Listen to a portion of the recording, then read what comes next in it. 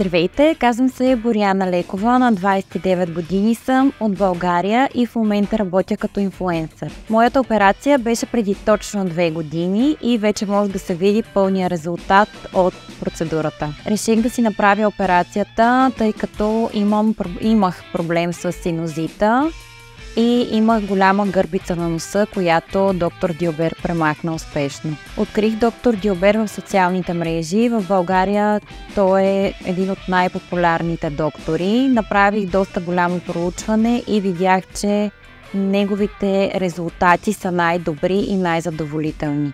Най-голямото притеснение, което имах, беше свързано с това дали операцията ще боли, но смело мога да кажа, че не е имало никаква болка. Единствено лек дискомфорт първите няколко дни, докато има едни тръбички поставени в ноздрите. След като се премахнат, се диша много по-лесно и възстановителният процес е сравнително кратък. Единственото хубаво е, че нямаше никаква болка и наистина очаквах да боли много повече. Доста хора ми казаха, че най-вероятно тази интервенция може да бъде болезнена и това ме е спирало да я направя, но съм приятно изненадана, че наистина нямаше никаква болка и много бързо се възстанових.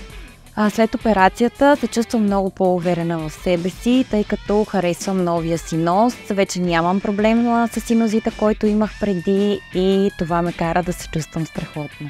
Хората около мен смятаха, че тази интервенция ще бъде много болезнена, но и те останаха приятно изненадани колко бързо се възстанових и че наистина нямаше никаква болка.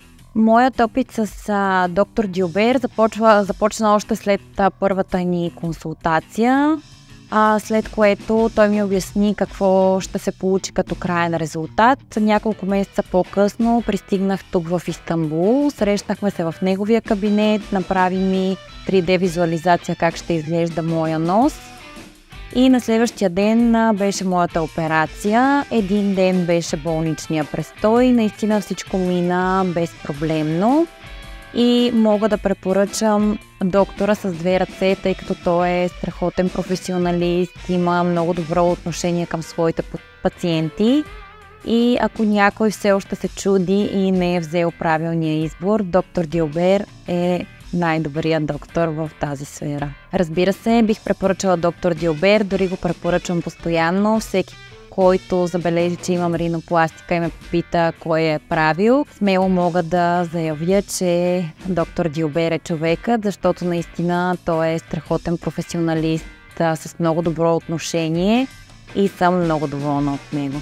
Доктор Дилбер е страхотен, пожелавам му да направи щастливи още много пациенти и пациентки.